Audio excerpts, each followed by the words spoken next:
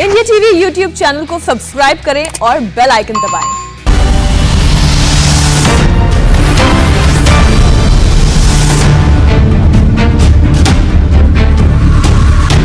नमस्कार, आप देख रहे हैं इंडिया टीवी। आपके साथ मैं हूं मीनाक्षी जोशी। दोपहर के 12 बज चुके हैं और शुरू हो गया है सबसे बड़ा इलेक्शन शो, अब की बार किसकी सरकार।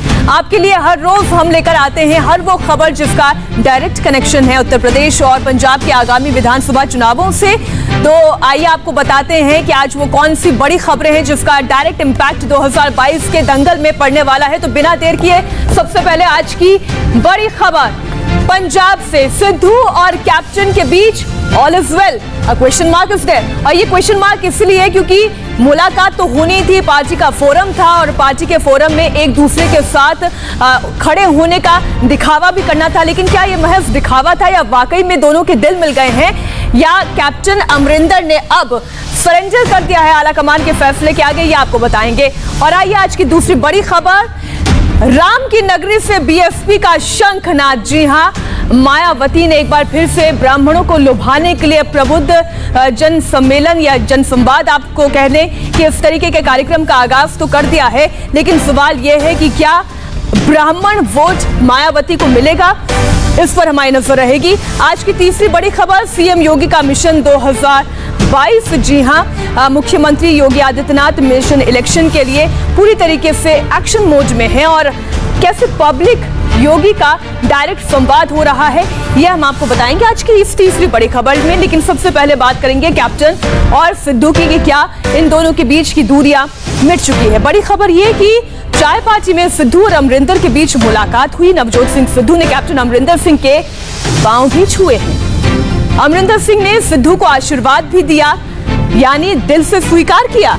सिद्धू और अमरिंदर सिंह के बीच में बातचीत भी हुई जिसकी कुछ तस्वीरें हमने आपके सामने रखी। चाय पार्टी में अब से थोड़ी देर पहले ही मुलाकात का सिलसिला शुरू हुआ। बड़ी बात यह है कि नवजोत सिंह सिद्धू ने कैप्टन अमरिंदर सिंह के पैर छुए और अमरिंदर सिंह ने नवजोत सिंह सिद्धू को आशीर्वाद दिया, जिसके बाद दोनों के बीच में काफी देर तक बातचीत भी हुई। सबसे पहले आपको वीडियो दिखाते हैं। कैप्टन अमरिंदर के साथ नवजोत सिंह सिद्धू बैठे हुए थे और उनके साथ हरीश रावत भी आप देख पा रहे हैं। नवजोत सिंह सिद्धू हैं, कैप्टन अमरिंदर हैं, हरीश रावत नजर आ रहे हैं। ये तीन प्रमुख चेहरे हैं। दोनों के बीच में कलह थी जिसको सुलझाने में बड़ी भूमिका हरीश रावत की थी। इस मुलाकात के दौरान सिद्धू और कैप्टन काफी देर एक दूसरे से बातचीत करते रहे। अब आप ये तस्वीर देखिए, हाथ जोड़कर बातचीत कर रहे हैं। नवजोत सिंह सिद्धू एक मैसेज ये देने की कोशिश कर रहे हैं कि अब वो पार्टी के प्रदेश अध्यक्ष की कमान संभाल चुके हैं और कैप्टन अमरिंदर भी अब उनके साथ हैं। मीटिंग की एक और दिलचस्प तस्वीर अब आपके सामने रखते हैं। तस्वीर सबसे अहम क्योंकि दोनों के बीच पिछले काफी लंबे वक्त से कोल्ड वॉर चल रहा था। हालात कुछ ऐसे बने कि सिद्धू ने खुलकर कैप्टन के खिलाफ मोर्चा तक खोल दिया। लंबे वक्त तक दोनों के बीच में ठनी रही, लेकिन अब जब दोनों के बीच में मुलाकात हुई तो बातचीत भी हुई, संवाद भी हुआ। सुनने में तो ये भी आया कि नवजोत सिंह सिद्धू ने कैप्टन अमरिंदर के पांव छुए। पांव छूने का मतलब क्या, ये एक माफीनामा था कि चलिए बीती जो बातें थी आप उसे भूल जाइए, अब मैं प्रदेश का अध्यक्ष बन गया हूं और आप पंजाब के मुख्यमंत्री हैं, कांग्रेस के बड़े चेहरे हैं। चलिए इस बातचीत को यहीं पर, इस लड़ाई को यहीं पर विराम देते हैं। इस पर हम ज्यादा जानकारी लेंगे, लेकिन एक और तस्वीर आपके सामने रखते हैं जिसमें अमरिंदर सिंह वक्त देख रहे हैं। अब आप ये देखिए, वक्त की बात ही तो होती है, जहां तनाव भी होता है वहीं पर साथ एक मंच को साझा भी करना पड़ता है। दोनों के बीच में मुलाकात हो रही है, दोनों के दिल मिल गए हैं। क्या वक्त बदल चुका है? अहम, बहुत अहम ये तस्वीर। कोशिशें आला कमान की भी हुई, कुछ विधायकों कुछ सांसदों की भी भूमिका रही, लेकिन आखिरी तस्वीर ही सबसे दिलचस्प तस्वीर होती है। Is all is well? एक बड़ा सवाल। तो कैप्टन और सिद्धू को सांसदों और विधायकों ने घेर रखा है क्योंकि लगातार पार्टी में मतभेद की खबरें हैं। पार्टी के कई गुटों में बटे होने के दावे किए जा रहे हैं। ऐसे में तस्वीरें कांग्रेस के लिए थोड़ी राहत भरी जरूर है। पंजाब भवन में मुलाकात के बाद कैप्टन अमरिंदर सिंह और नवजोत सिंह सिद्धू कांग्रेस हेडक्वार्टर पहुंच चुके हैं, जहां थोड़ी देर में कांग्रेस प्रदेश अध्यक्ष पद पर सिद्धू की ताजपोशी होनी है। इस दौरान कैप्टन अमरिंदर सिंह भी मौजूद रहेंगे।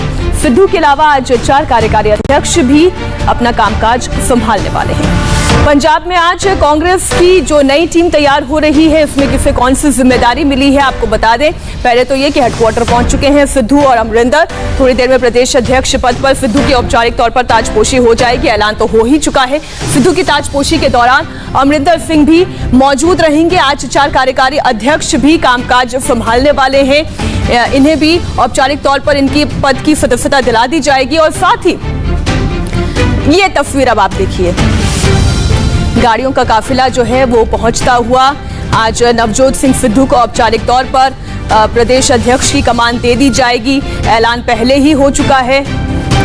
पंजाब में आज कांग्रेस की जो नई टीम तैयार हो रही है, उसमें किसे कौन सी जिम्मेदारी दी गई है वो भी आपको दिखाते हैं। नवजोत सिंह सिद्धू, जिन्हें कांग्रेस आला कमान ने पंजाब के अध्यक्ष के पद पर नियुक्त कर दिया है। सुखविंदर सिंह डैनी कार्यकारी अध्यक्ष, इसके अलावा कुलजीत सिंह नागरा ये भी कार्यकारी अध्यक्ष बनाए गए। पवन गोयल कार्यकारी अध्यक्ष के तौर पर इनकी भी नियुक्ति कर दी गई है। तो जो 4 चेहरे, और इसके अलावा हमने बात की नवजोत सिंह सिद्धू की, इनके अलावा ये 4 और चेहरे हैं जिन्हें कार्यकारी अध्यक्ष के तौर पर नियुक्ति दी गई है।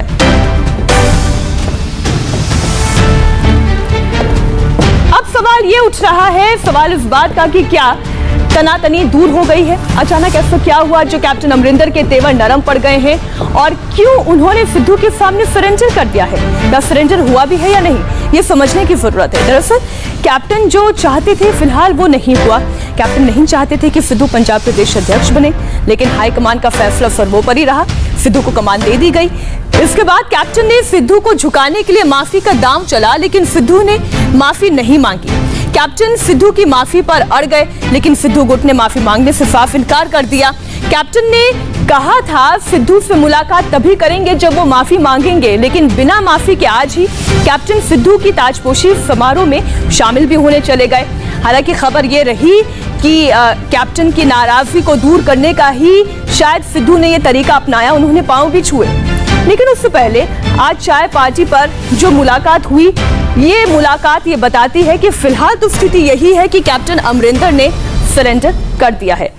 आखिर जो कैप्टन सिद्धू को लेकर एग्रेसिव मोड में थे, दिल्ली तक अपनी नाराजगी दिखा रहे थे, लेटर लिख रहे थे, उन्होंने सरेंडर क्यों कर दिया? इसकी कुछ और भी वजह है। दरअसल कैप्टन को पता चल गया कि हाईकमान पूरी तरह से सिद्धू के साथ है। वो ये समझ गए थे कि सिद्धू का पलड़ा भारी है। विधायकों का बड़ा गुट अब सिद्धू के साथ खड़ा हो गया है। 80 में से 62 एमएलए सिद्धू के साथ दिखाई दे रहे हैं। इसमें कोई दो राय नहीं कि कैप्टन की ताकत कम हो रही थी। आला कमान का साथ सिद्धू के साथ था। विधायकों की संख्या जो है वो सिद्धू के साथ दिखाई दे रही थी। कैप्टन ये समझ गए थे कि फिलहाल अपने तेवर को नरम करना ही उनके हित में है। अब कांग्रेस नेताओं का क्या कहना है ये भी आप समझिए कि पार्टी में सब कुछ ठीक है, सब एकजुट होकर न सिर्फ 2022 का दंगल लड़ेंगे बल्कि इसे जीतेंगे भी। दोनों ने ये कह दिया कि छोड़ो कल की बातें, कल की बात पुरानी, नए दौर में लिखेंगे हम मिलकर नई कहानी। ये नई कहानी नए दौर की ओर आगे बढ़ रही है, नई सोच की ओर आगे बढ़ रही है। मैं समझता हूँ कि कैप्टन अमरिंदर सिंह का एक्सपीरियंस, नवजोत सिंह सिद्धू का जोश, ये दोनों मिलकर के पंजाब का 2022 का किला फतेह करेंगे।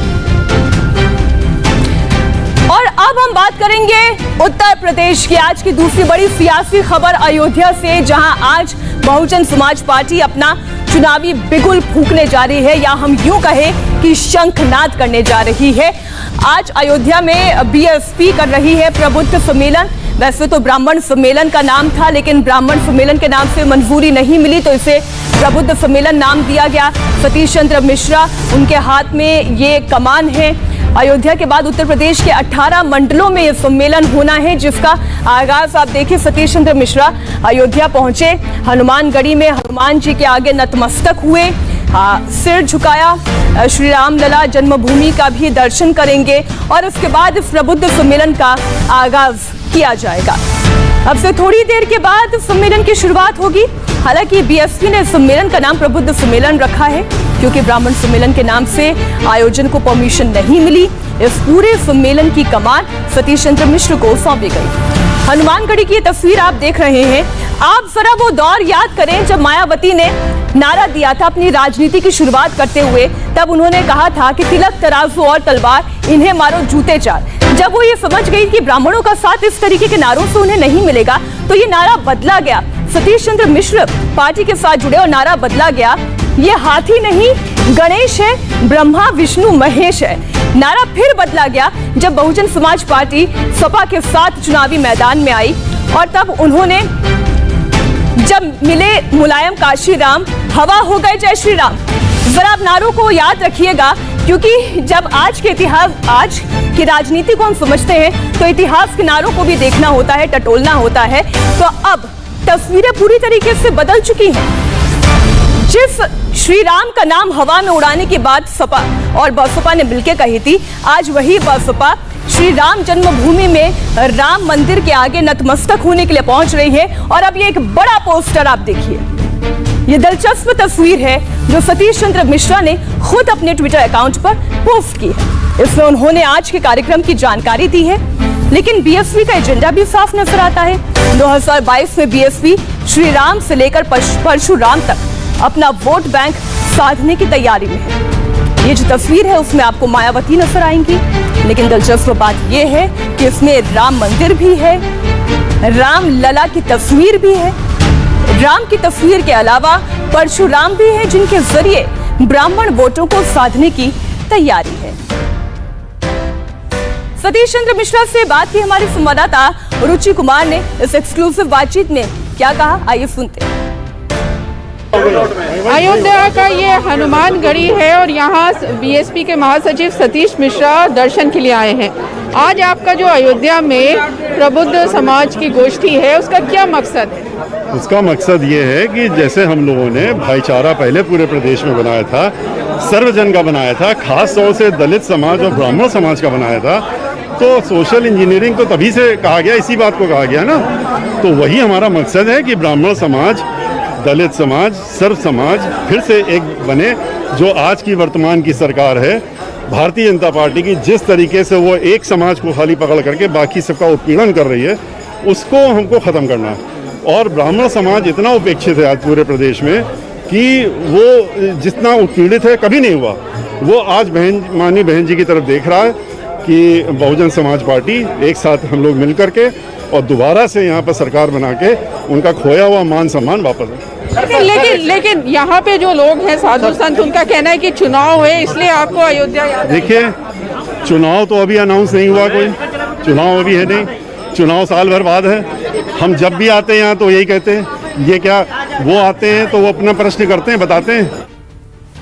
अब मायावती की नजर ब्राह्मण वोट बैंक पर क्यों है, ये समझना बहुत जरूरी है। इसकी बड़ी वजह है 2007 का वो ट्रेंड जिसके जरिए बीएसपी को जीत मिली थी। आइए ग्राफिक्स के जरिए आपको समझाते हैं कि वो ट्रेंड क्या था। सबसे पहले जरा 2007 पर आप नजर डालें। एक नया प्रयोग किया गया था और 86 सीट पर ब्राह्मण उम्मीदवार उतारे गए थे। मायावती ने इसे सोशल इंजीनियरिंग का नाम दिया था। बीएसपी के चुनाव चिन्ह हाथी की पहचान दलित से थी। बीएसपी ने एक नया नारा गढ़ा, ब्राह्मण शंख बजाएगा, हाथी बढ़ता जाएगा। हाथी नहीं गणेश है, ब्रह्मा विष्णु महेश है, ये नारा दिया गया। नारा बदला। 2007 में मायावती की सोशल इंजीनियरिंग काम आई। 41 ब्राह्मण बीएसपी के टिकट से जीते और मायावती की बहुमत की सरकार भी बन गई। लेकिन 2007 वाला ये प्रयोग मायावती दोबारा करने जा रही है। उन्हें लगता है कि अगर 2022 में भी 2007 वाला फॉर्मूला, जिसमें दलित, मुस्लिम, ओबीसी वोट के साथ ही ब्राह्मण वोट भी शामिल हो जाए, तो उनकी जीत निश्चित हो जाएगी। बीएसपी का हाथी फिर उत्तर प्रदेश में खड़ा हो जाएगा। अब सवाल यह है कि उत्तर प्रदेश ब्राह्मण वोटर्स का क्या इतना असर है बीएसपी में? इसके पिछले चुनावों की टाइमलाइन के जरिए आप समझिए, उत्तर प्रदेश में करीब 12% ब्राह्मण मतदाता हैं। 2007 विधानसभा चुनाव में बीएसपी ब्राह्मणों का झुकाव जरूर था, ब्राह्मणों का एक तरीके से था। दलित, मुस्लिम, ओबीसी के साथ 70% ब्राह्मण बीएसपी के साथ जुड़ गए, तो 403 में से 206 सीटें बीएसपी को मिल गई। 2012 की बात करते हैं, जब विधानसभा चुनावों में ब्राह्मणों का समर्थन समाजवादी पार्टी को मिला।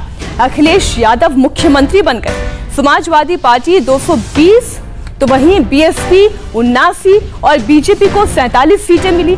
लेकिन ये समीकरण पूरी तरीके से बदल गया जब आया 2017 का विधानसभा चुनाव और वोट का पैटर्न बदला।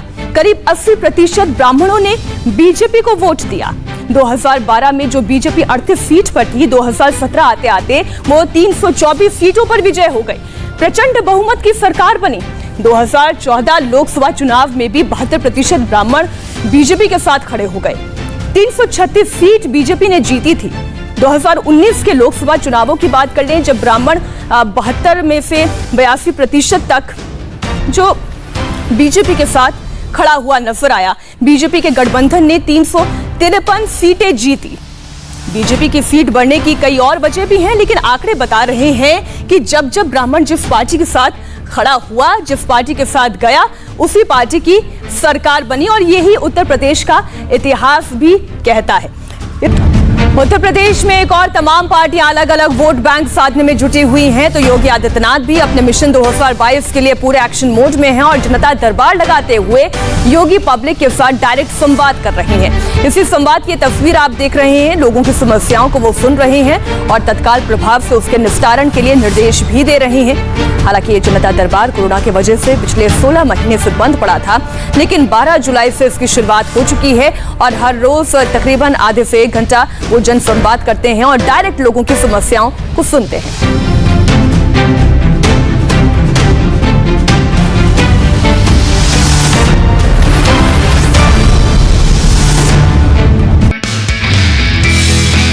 नमस्ते, मैं हूं मीनाक्षी जोशी।